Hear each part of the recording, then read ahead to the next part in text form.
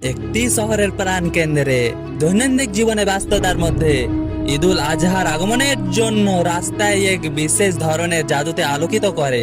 একটি বিচিত্র পাড়ায় যুবক আলী উৎসবের জন্য অধীর আগ্রহে অপেক্ষা করেছিলেন। তার চোখ উত্তেজনায় জ্বলজ্বল করছে। ঈদের দিন সকালে আলী তার পরিবারের সাথে মসজিদে যোগ দেন, যেখানে বাতাস ছিল প্রত্যাশা ও শ্রদ্ধায় পূরণ।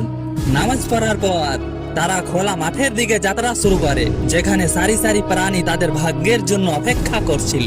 আলীর হৃদয় বিস্ময় এবং গম্ভীর যে মিশ্রণে ফুলে উঠল, কারণ তার পিতা যত্ন সহকারে কুরবানির জন্য একটি সুন্দর ভেড়ার বাচ্চা বেছে নিয়েছিলেন। এটি হযরত ইব্রাহিমের সময়কালের একটি ঐতিহ্য। আলী বাড়ি ফিরে রান্নাঘরে কার্যকলাপের সাথে গঞ্জন উঠল, কারণ আলী এবং তার ভাই বোনেরা তাদের মাকে রান্নার জন্য উপযুক্ত একটি ভোজ প্রস্তুত করতে সাহায্য করেছিল।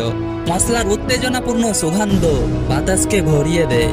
সূর্য অস্তমিত হতে শুরু করলে পরিবার টেবিলের চারপাশে জড়ো হয়। তাদের মুখ মোমবাতির মতো উৎস আভায় আলোকিত হয়।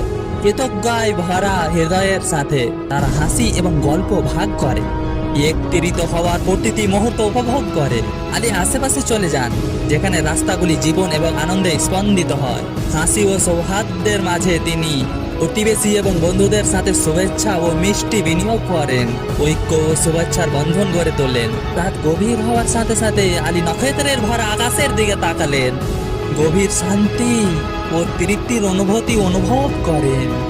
ঈদুল আজহা শুধুমাত্র তার পরিবারকে কাছাকাছি নিয়ে আসেনি, বরং ইসলামের কেন্দ্রস্থলে নিহিত ত্যাগ, সংবেদনা এবং সম্প্রদায়ের মূল্যবোধকে পুনরাবৃত্ত করেছে। আজকের ভিডিও এখান থেকেই। আসসালামু আলাইকুম ওয়া রাহমাতুল্লাহি ওয়া বারাকাতুহু। খুদা হাফিজ।